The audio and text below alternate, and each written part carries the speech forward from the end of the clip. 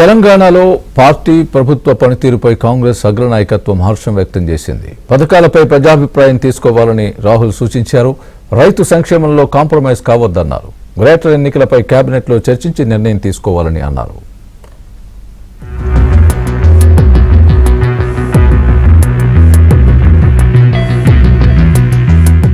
Municipal ఎన్నికల్లో positive results Telangana Congress నేతల ఉత్సాహాన్ని నింపాయి. ఏదైనా ఇబ్బంది ఉన్నప్పుడే నేతలను ఢిల్లీకి పిలిచే కాంగ్రెస్ అధిష్టానం ఈసారి అభినందనలు తెలియజేయడానికి పిలిచింది. టీ కాంగ్రెస్ ముఖ్య నేతలతో హస్తం అగ్రనేతలు ప్రత్యేకంగా చర్చించారు. ఈ భేటీలో పిసిసి చీఫ్ మహేష్ గౌడ్, రాష్ట్ర ఇన్ఛార్జ్ మీనాక్షి నటరాజన్, సీఎం రేవంత్, పలువురు మంత్రులు పాల్గొన్నారు. పాలనాపరమైన పార్టీకి సంబంధించిన అంశాలపై చర్చించినట్లు సమాచారం. మున్సిపల్ ఎన్నికల్లో సాధించిన విజయం పట్ల తెలంగాణ కాంగ్రెస్ నేతలను అభినందిస్తూ మల్లికార్జున ఖర్గే ట్వీట్ చేశారు.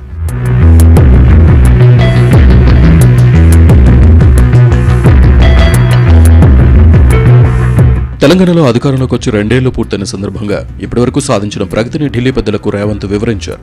పార్లమెంట్, పంచాయతీ, మున్సిపల్ ఎన్నికల్లో వరుస విజయాలు సాధించి పార్టీని తిరుగులేని శక్తిగా నిలబెట్టామని హైకమాండ్కు తెలిపారు.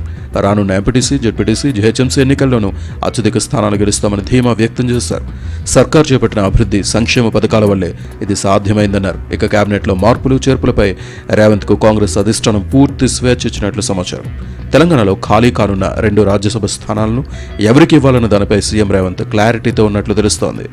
ఎంపీటీసీ, జెడ్పీటీసీ, గ్రేటర్ ఎన్నికలు ముగించి పాలనపై ఫోకస్ పెట్టాలని సీఎం భావిస్తున్నారు.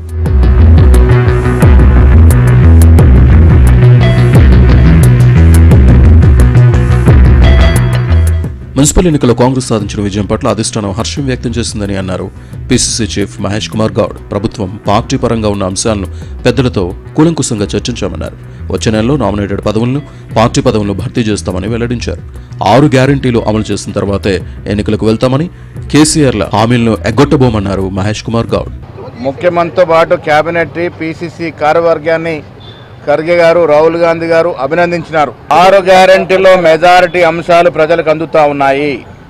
8 లక్షల కోట్ల అప్పు మన ఎత్తిన పెట్టిపోయినప్పటికీ కూడా మా మంత్రివర్గ సభ్యులు చాలా చాకచక్యంగా ఉన్నదాన్ని అడ్జస్ట్ చేసుకొని ప్రజలకు ఇవ్వాల్సిన ఇస్తూ ఉన్నారు. కేసీఆర్ లాగా ఖర్చీఫ్ను వదిలేసేది ఉండదు. ఇచ్చిన 6 అంశాల మెజారిటీ అంశాలు ఇప్పటికే ఇస్తా ఉన్నాం. ఇంకా దాదాపు 3 సంవత్సరాలు మాకు సమయం ఉంది. సీఎం, మంత్రులు సమన్వయంతో ఎలాంటి విభేదాలు లేకుండా ముందుకు వెళ్లాలని కాంగ్రెస్ అధిష్టానం సూచించినట్లు సమాచారం. అసంతృప్త నేతలను బుజ్జగించాలని, ప్రభుత్వ పథకాలను విస్తృతంగా ప్రజల్లోకి తీసుకువెళ్లేలా చొరవ తీసుకోవాలని ఆదేశించినట్లు తెలుస్తోంది.